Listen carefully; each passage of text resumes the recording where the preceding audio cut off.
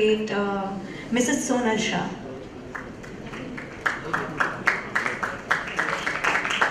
Mr. Ashutosh Lunai.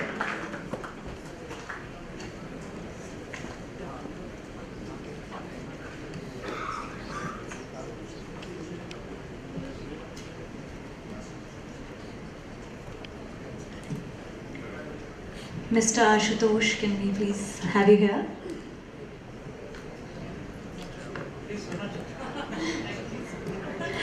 From Mr. Mayur.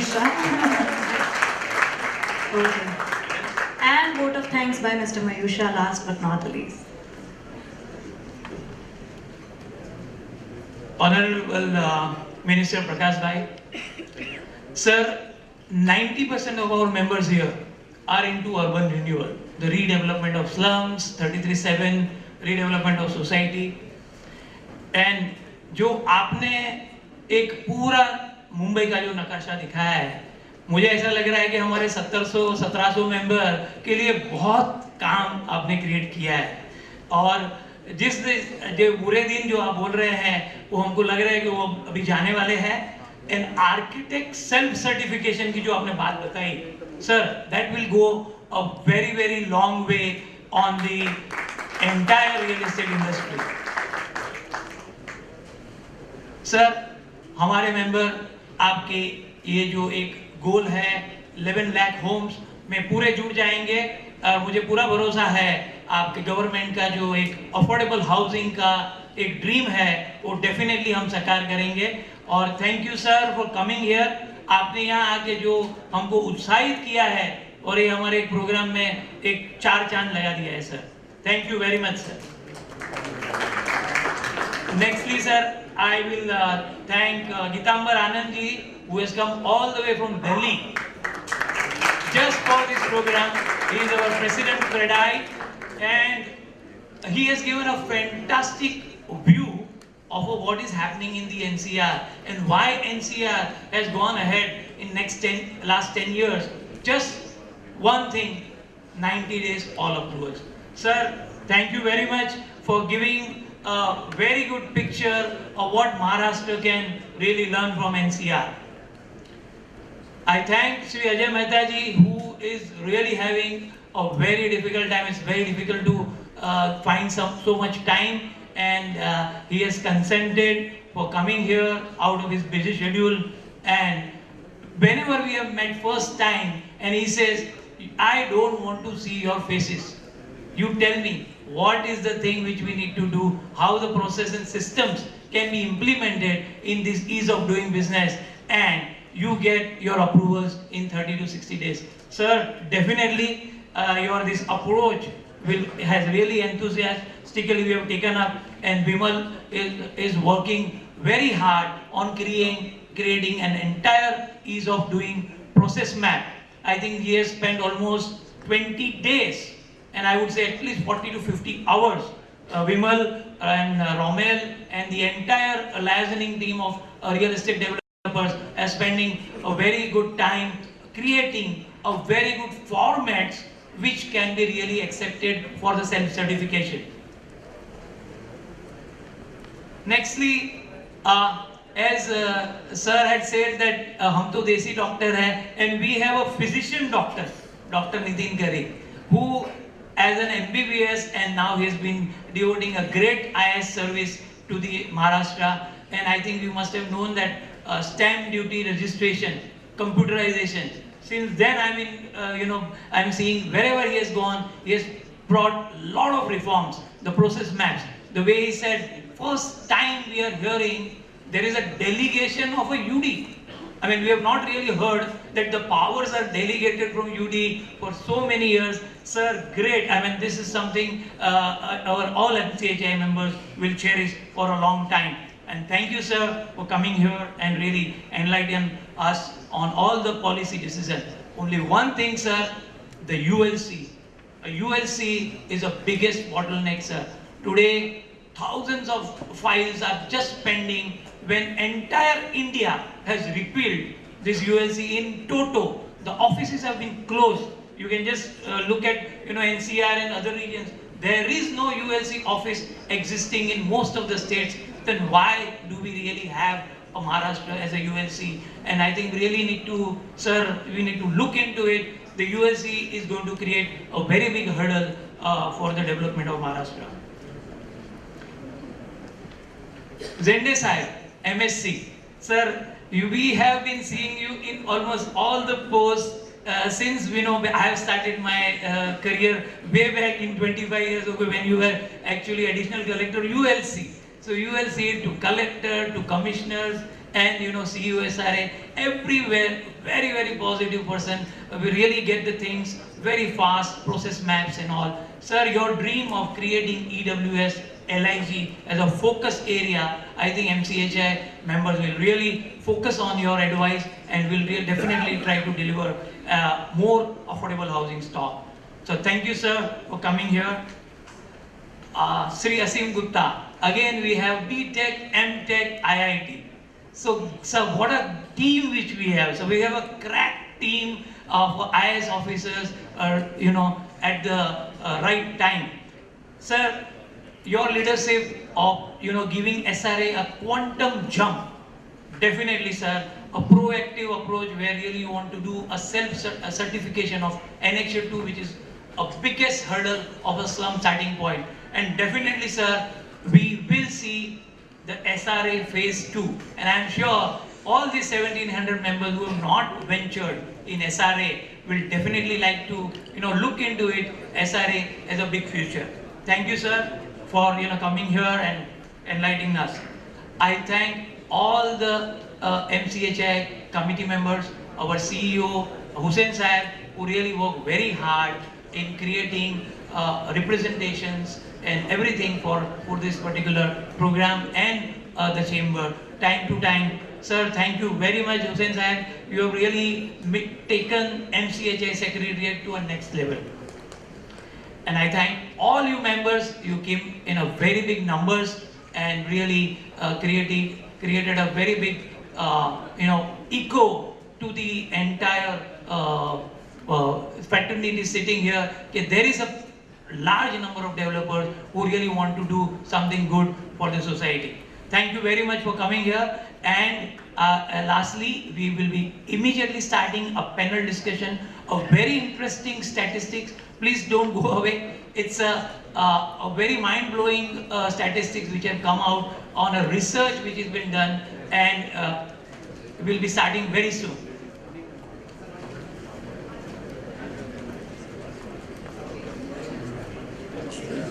A day when the real estate sector of the city has effected a change of guard, passing on the charge to a new team, to a new blood, to rescue the sector out of the turbulent times it is seen in recent years when it comes to the slowdown the Mumbai region is facing. The broad focus of this discussion is going to be to zero in on the challenges that the sector is facing, to zero in on the factors that are stalling the revival of the Mumbai region, the property market of the Mumbai region, and also look at the key opportunities that lie ahead. And joining me on the panel are 6 voices representing key stakeholders of the real estate sector of the Mumbai region.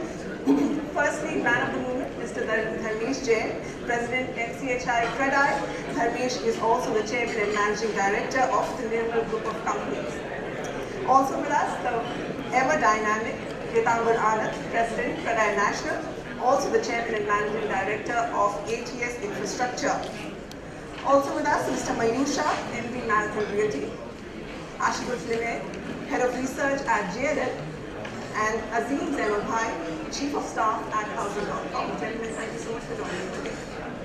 Dharmesh, coming to you first, I want to get to the straight hard facts. There's a research report that MCHI-CREDAI has come out with JLL, which clearly looks at the inventory overhang figures. Now, this is the big hyped word in the demand market. We're looking at figures ranging from 48 months for Mumbai to about 34 months for Thane. Are these figures really indicative of the pain on ground, or is there something else also at play on ground? So as you rightly said, I think it was important to address this issue. All of us, like you, are reading from various press sources and from various reports on the inventory available in the market. And it was important that we dig a little deeper and go to the root of the issue of what exactly is the inventory and where does the market stand. And we requested JLL to come up with a detailed study, and that's why, unlike most reports where they publish a all India report, they've just right now focused on MFR. And the findings were quite startling. Ashutosh obviously will take it further into the report. But on an average perspective, if you look at Mumbai, most buildings in Mumbai are 30 stories plus. So on an average, a project cycle for any project in Mumbai is roughly 4 years. What the report says is that the inventory in Mumbai at this point of time is roughly 44,000 homes. The offtake is approximately 10% per quarter. So there is inventory for 30 quarters, 30 months, so 10 quarters. So if on a 4-year project cycle, if my inventory is for 2.5 years, I don't think the industry needs to be worried about it. So what we are seeing largely across the country is this huge numbers that this inventory is there, without anybody going into okay, what is going to be the impact of that inventory on the offtake. One other statistic which is critical is that any businessman, if you ask, I think the worry would be that if he has a product ready and it is not sold, then it is a big worry. The ready inventory in Mumbai, so completed projects unsold, is less than 1.5%. In Thane, it is again less than 1.5%. In New Mumbai, it is roughly 8 to 9%. So on an average in the entire MMR region, ready stock unsold is approximately less than 3.5%. So which is the startlingly different statistics than what has been coming out into the market. So the key learnings are that at this point of time, we as an industry observer, we feel that the inventory levels are not something that the industry should be worried with, and ready stock is getting sold.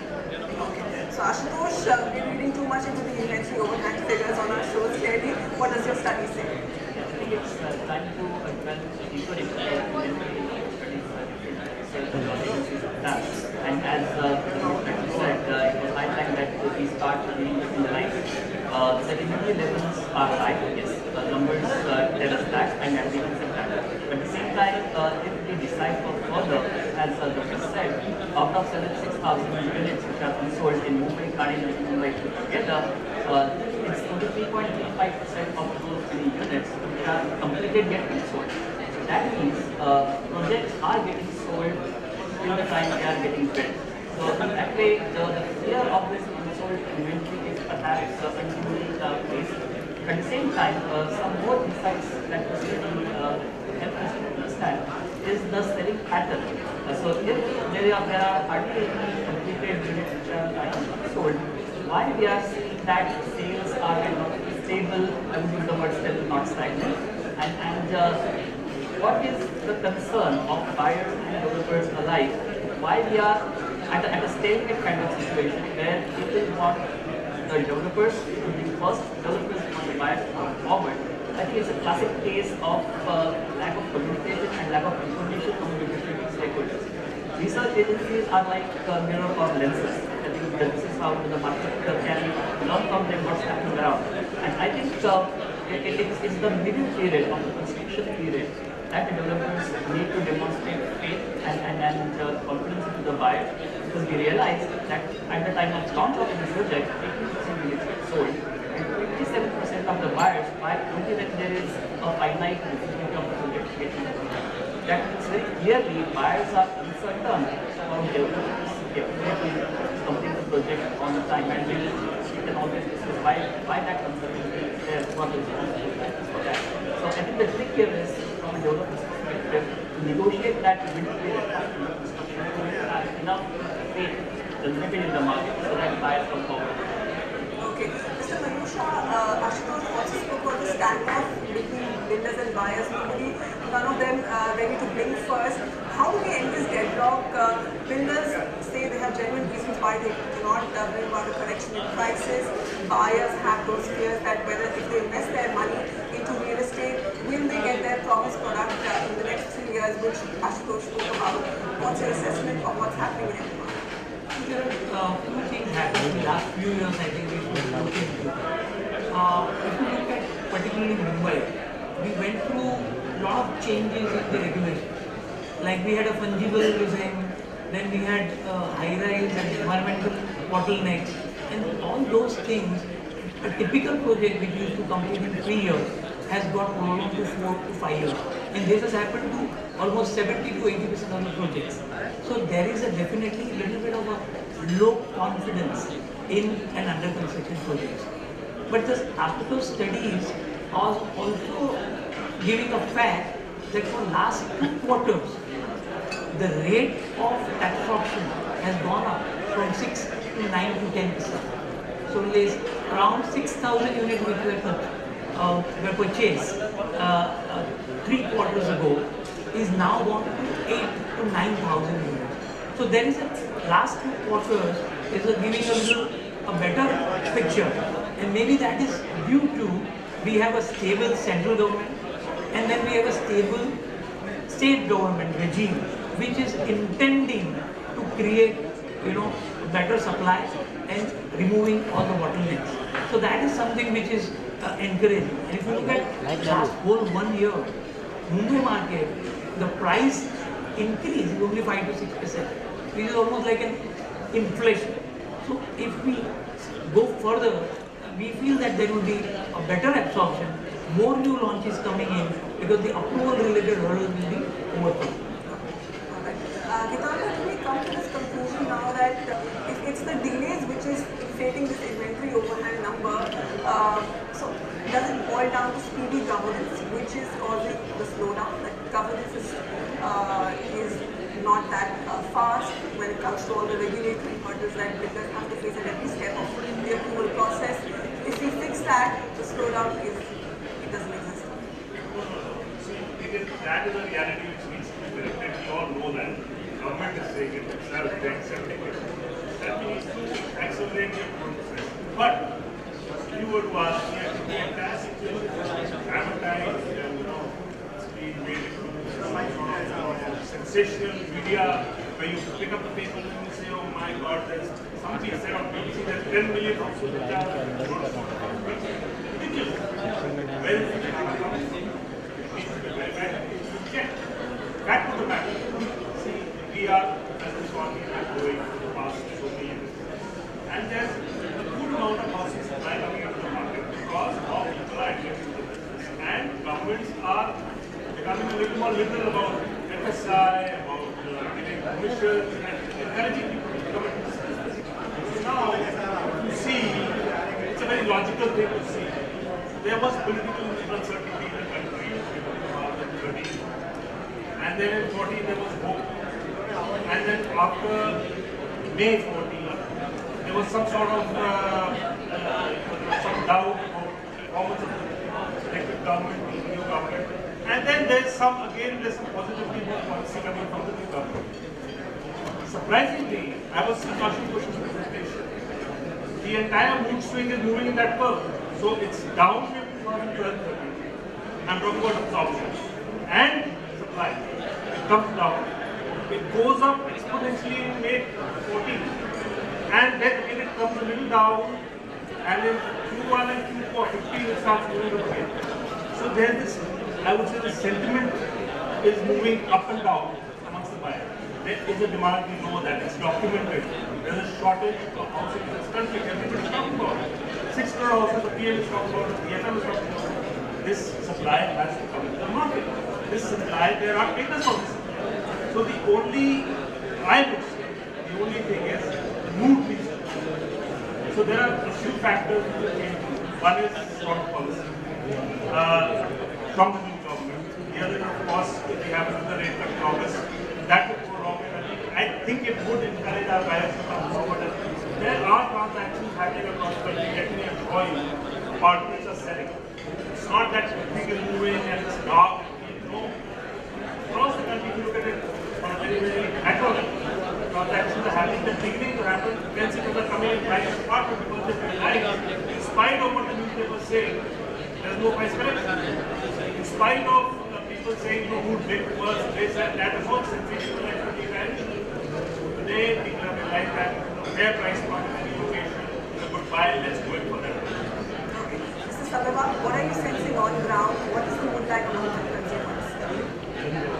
I think so. When you're at a stage when sales are not good, it can only be possible. And we strongly believe that we're going to see much better days ahead. Clearly, a number of things are happening. I think the biggest thing which impacts housing is the mood of the consumer. What does he feel? What's he seeing? Is he going to see an increase in prices, or he's going to see a market see prices going down? I think the government is moving quickly. What we heard just now from the state government, clearly there seems to be a big change coming in Maharashtra, and I'm sure the same will be happening in the rest of the other states. So the mood is looking up. If IIT starts moving up, what jobs start getting created?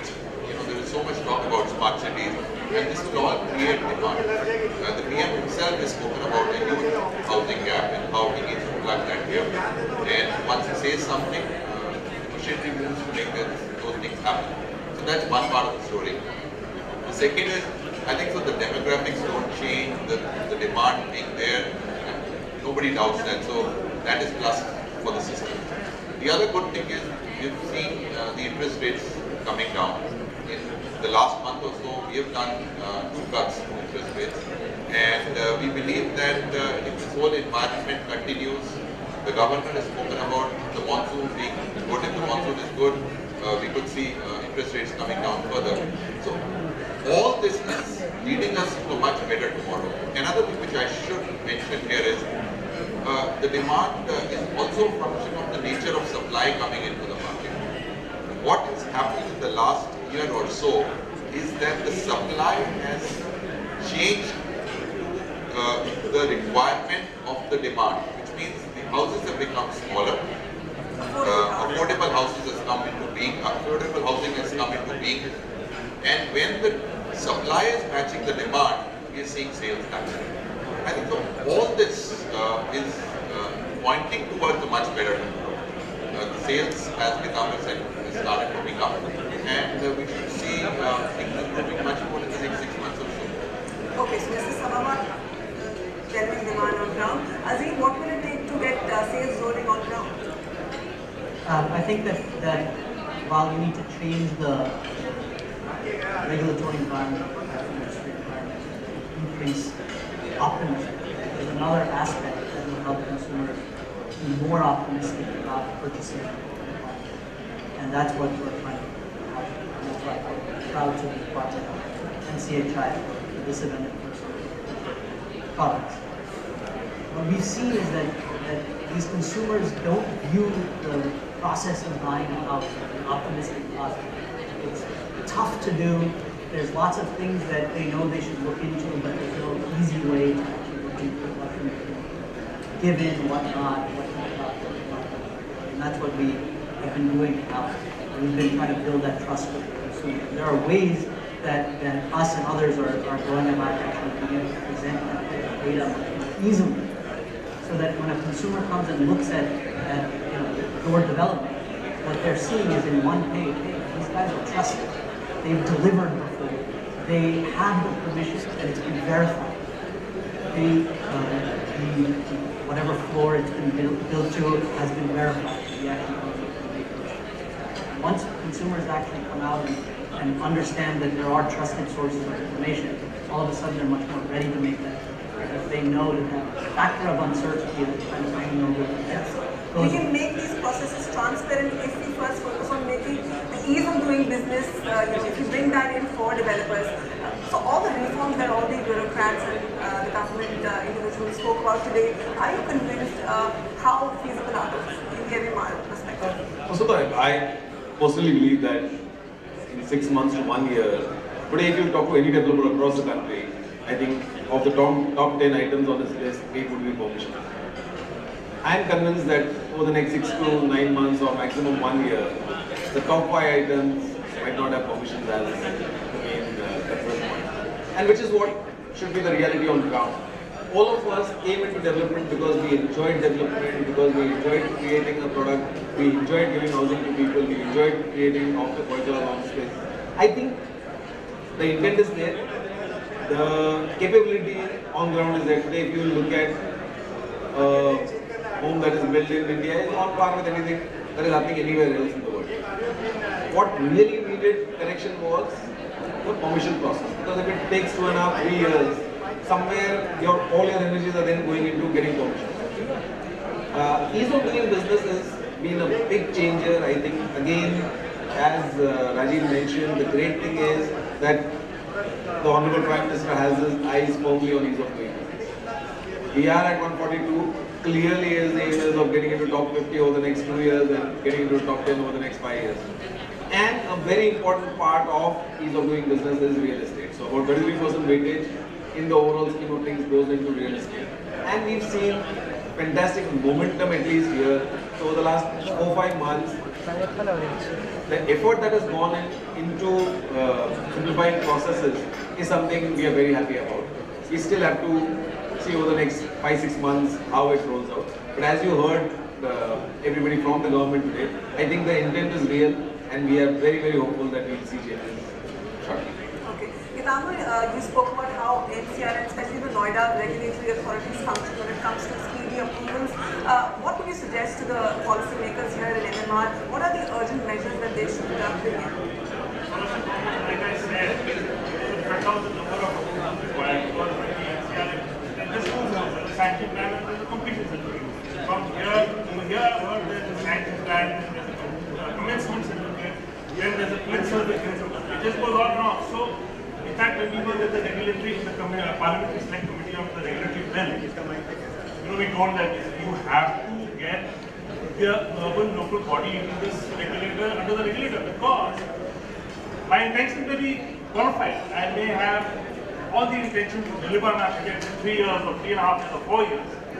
But the minute I got all my sanctions and I've registered myself with the regulator, but the minute I need principal, I have to go back to him again. He may not give it to me for 6 months. So I have to stop the project. Or, for that matter, he may not give me a completion certificate or so on occupancy certificate. The building is ready, complete, I'm ready to hand over the key to my customer, but I have to go and get that occupancy certificate before I can do that. And if the sanctioning and the issuing authority does not issue the AOC or the CC for 6 months, 8 months, 10 months, as is the case, then my customer suffers. And the delay, I'm not to blame for the delay.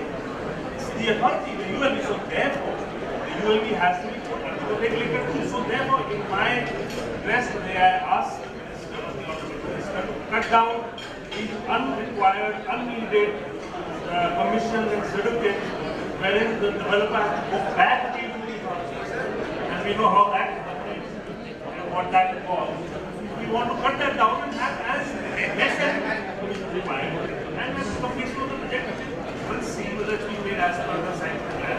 And if not, please penalize the work. Mayusha. The debate. Mr. Mayur.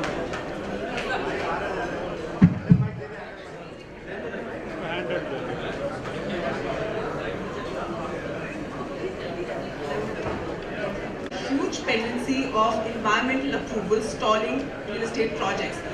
For the coming times for MMR, how big a factor are these two things going to play for the real estate market and its revival?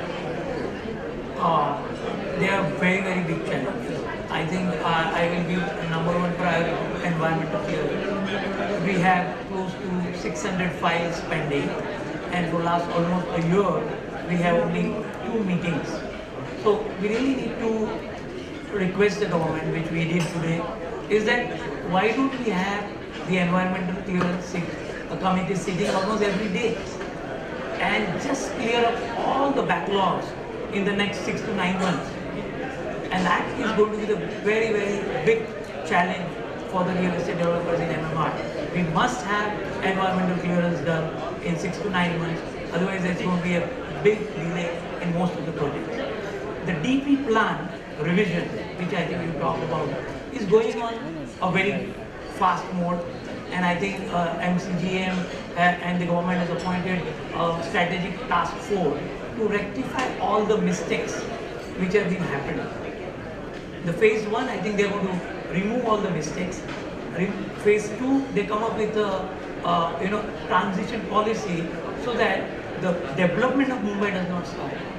So that are the two challenges which we have really overcome, that the transition policy in the place and the revision as promised should happen within 4 months, so that we can go on with the new DP plan in a fresh way, with all the things, all the uncertainty, as you said, is out of the mind of all the developers and the customers.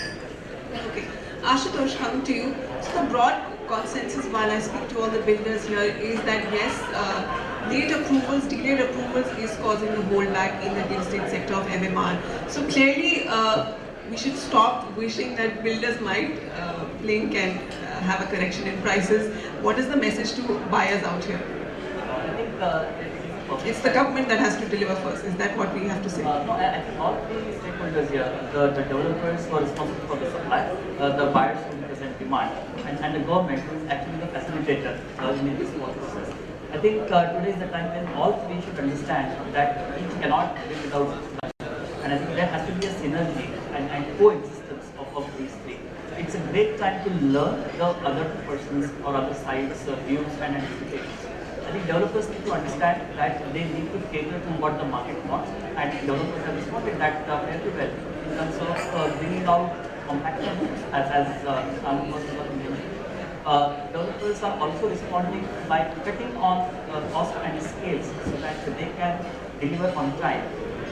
Buyers should understand that all the input costs have gone up, and significantly so. Earlier what was coming as free areas, now we have to pay for that. Also, the holding period is fairly long because the approvals don't come on time. So the buyers must realize that there is a limit to which developers can compromise on price. Whereas the government needs to understand that their role is so pivotal to ensure that the project takes off well, it goes on in a very regular and comforting pace and is delivered on time, for which approvals are absolutely, fast approvals are absolutely essential. And what we have seen is developers who have financial discipline in place, who are not tempted to change or alter their construction pace based on what the market is showing in terms of buying preferences, and who have either private equity firms or banks as their financiers. They have seen very good traction, and then they have sold at a fairly good pace, even during the middle period, which most other developers are struggling. I think this is the time when the industry itself is moving towards maturity. So there is the fly-by-night kind of developers are realizing that they have to have a plan in place, they have to have financial closure in place, and they have to respond to the end user demand and not necessarily the investor-led demand or configuration if they were to sustain this business and if they have to create a name for business. Okay. Azim, would you say this is probably the best time for buyers to get into the market and actually negotiate a great discount? There is an opportunity even in the slowdown. Well, let me make one point before I answer that question, which is, I think that the point that you made about actually catering to the consumer demand is very important. And it's been very tough to be able to figure out, when you have a parcel of land, what to build on that parcel of land based on the local specific environment demand. And now, in this new age of technology, we're trying to get all of that data on a much more aggregated basis, in much more depth and much more breadth. And with that data, we can actually start to give developers, and this is what we're working with MCHI, data that will help them cater to the right demand for that specific area. And that is super, super important. In terms of when is it the right time to buy, I mean, we would love that right time to buy today. There are obviously lots of factors in trying to make that happen, but we can push the button and make things go faster by making sure that consumers know the right things about the development that we are trying to sell. And that's why we have built a platform, to make sure that the consumer actually knows, can see everything about that development in one place. As to the other factors, I mean, obviously the government will play its part in making sure that permissions are given on time, and the developers must also, be disciplined in the approach to delivering. Okay. Mr. Sabharwal, Azim spoke about focusing on the consumer in these troubled times. Now, the cost of taking a home loan, that is one big headache for home buyers. The RBI over the course of past 6 months has effected about a 75 basis point cut in interest rates. But effectively on ground, that hasn't trickled that much in the interest rate cuts of bankers. Why? What is holding back these bankers? Are NPAs a huge concern? What's your outlook on that? I think so. What bankers have been doing is that they've been passing on the benefits of a lower cost of funds. As and when the cost of funds have been going down, interest rates have been going down. We've seen, for us, for example, as I mentioned, 2 interest rate cuts. When we saw cost of funds going down, we did pass on those benefits. So I think this will continue. Deposit rates have come down. If we feel that the costs are further going to come down, we will definitely pass on the benefits. Just taking on the point which you just raised on end users, and what should the customer do? We are a very demanding generation or set of people, I would say. If today the prices of any property are, let's say, 10,000 rupees a square foot, and tomorrow if they come down at 8,000, we would still want them to own. A consumer is never happy to buy at whatever price he gets. He still wants lower. Same is the case with interest rates. People were buying at 11% plus, today it's sub 10%, but people still want lower. So I think so this is good. This is actually good. This puts everybody on the toes, and everybody wants a lower price. We are price conscious people, and I think this should continue. What is more important is to judge whether as an actual user should I buy the unit or not. And my view always has been that if you need the space, if you are an actual user, please go ahead and make the purchase. Please don't forget to bargain, whether it is with the bank or whether it is with the developer. Please get the best price you can for the property which you are buying. But make that decision. And if you are an investor, then probably I would say if your expectations for growth on returns is moderate, please go ahead and buy. Otherwise, the best thing is to diversify your asset class, invest in fixed deposits, invest in real estate, and invest in markets. You need to balance it out. I don't think so today we are in a situation where we will see a unidirectional movement in any of these sectors. It is good to diversify and make those things happen. What is more important when we talk to buyers today is he wants predictability on delivery. That is very critical for him. Whether those are factors within the control of the developer or outside them, I think so we all have to work towards making that thing predictable for the buyer. And if that happens, I think so the market will open up even further.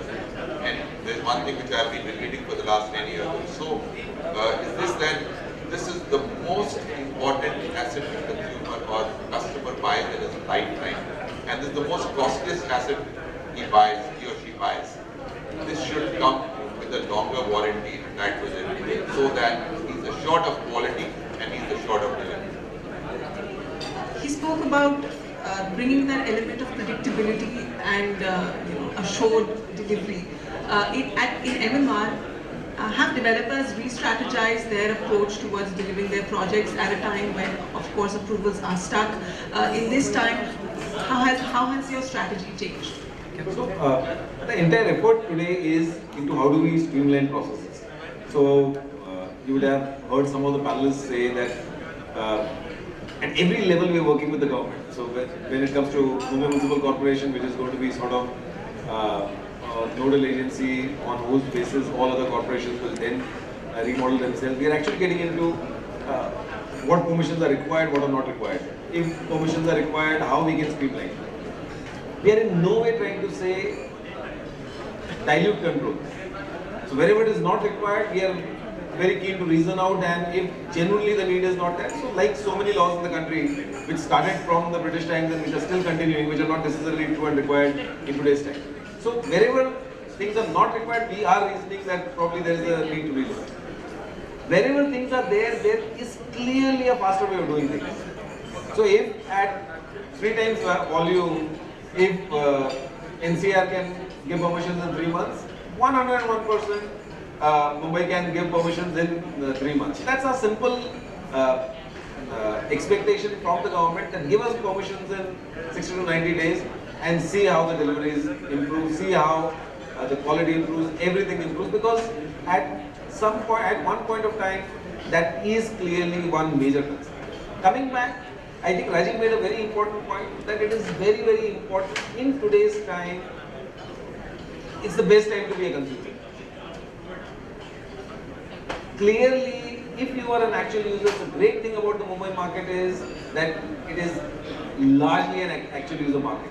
If you are an actual user, our advice at MCHI to the consumer is, please go ahead, it's a great time to buy. You will find the right flat at the right price for yourself. Don't hold back your decision, it will not be good. Gitambar, I'm sure you get asked every day by people who know you, your relatives. I, as a reporter, anywhere I go, I get asked what's happening in the property market, are prices going down, should I enter or not? What's your message to buyers today? I would say it's the best time to buy. Like Rajiv said, it's the best time to bargain. You know, you can bargain with the developer, you can bargain with your bank, you'll get a great deal. From here on, you know, as the market starts moving, it will be difficult to get a good bargain. So this is the right time. Go ahead and make that purchase if you're an end user. And very rightly, he's advised the investors also, don't be over ambitious. If you are, then go and invest somewhere else in some other instrument. But this is the time to buy a house.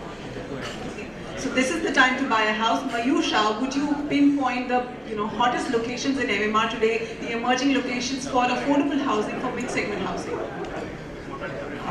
On the MMR, I think the buyer should look at where the infrastructures are moving. I think the infrastructures are the key. Like if you look at Navi Mumbai, Panvel, there are huge infrastructure projects which are planned, like new airport, harbour ceiling, then there is CST Panvel link, and the whole Naina city, which has been planned. So there's a huge employment generation, infrastructure focus has been given. Similarly, in the Kalyan Dombivli and there is one multimodal corridor which has been planned in MMRD from Vasai all the way passing through Thane, Kalyan Dombivli, all the way to Alibag. So really look into that in next 15, 20 years, 10 years, where is the infrastructure growth? And if you look at the infrastructure growth, and if you just follow that, I think you really make bumper. And as I will just add here, in my history of last 25 years, I have seen all the projects which I have launched in 4 to 5 years have gone up by 70 to 80%. And that's all. Even in whatever project launched in 2009, which is at 6,000, today it is selling at 14,000. So, if you really pick right location, right developer, and right type of a unit, product size, 2 bedroom, 1 bedroom, which is selling very fast, I think you are going to definitely make more money. Very quickly, Ashutosh, your pick of the hottest locations in MMR. I think what locations Mayor said are indeed locations to look out for. But I have a word of caution here. In India, infrastructure projects typically are delayed. So the time that we think the project is going to get delivered adds some more time to it, because that is how they'll be like it or not, that's the reality. So we need to really be prepared for that delay for the infrastructure projects to get delivered. Also, I think it's important to understand that the appreciation is heavily dependent on how end users see that appreciation. Whether they see that fit for living today, that will really drive the appreciation. And in Navi Mumbai case, like our study tells us, more than 8% of the completed stock is still vacant, and the reason for that is misjudgment about infrastructure and wrong choice of project and developer. So I think where end user would like to go is presence of physical infrastructure most important, and visibility of social infrastructure. So the projects that Madam just mentioned are big projects, and they are game changers, so to speak. So while studying those big projects, always build in a buffer, and at the same time, don't forget the small micro projects, because they are actually touching the lives on a daily basis. So big projects are good, definitely you are going to get benefited by that. But the area where you are going to buy for day-to-day living, whether it has got enough micro infrastructure, that's equally important, and many people tend to overlook that and then suffer. Okay, I'll get closing comments from Dharmesh Jain. We have a young, dynamic Chief Minister in Devendra Fadnavis in Maharashtra. Are Achhe Din here for MMR's property market now? We've seen genuine intent. Administration has cleaned up. Pace of reforms is something that we all need to say and admit that it is clearly beyond our expectation. Having said that, it's 10-15 years of probably slowdown that needs to be. I think overall as a country, somebody mentioned that we are a young country, we are a demanding country. I think it is very, very important that overall as a country we also become a little more patient. I think I see too much impatience. In a country of India's size, we are not a 5 million country or a 10 million country where things can be turned around like this. We're seeing in Europe that even countries as small as that are taking time to turn around. So a country of India's size will have to give a little more time, be a little more patient. But if we be patient, I have great hopes from this government, and the Honorable Chief Minister is doing all the right stuff in the right direction. We are very, very hopeful that MMR is set to go back to its country. All right, on that note, we'll wrap up this discussion. The government of Maharashtra making all the right moves, all the right noises. Let's hope they also walk the talk. Gentlemen, thank you so much for joining me today. Good night.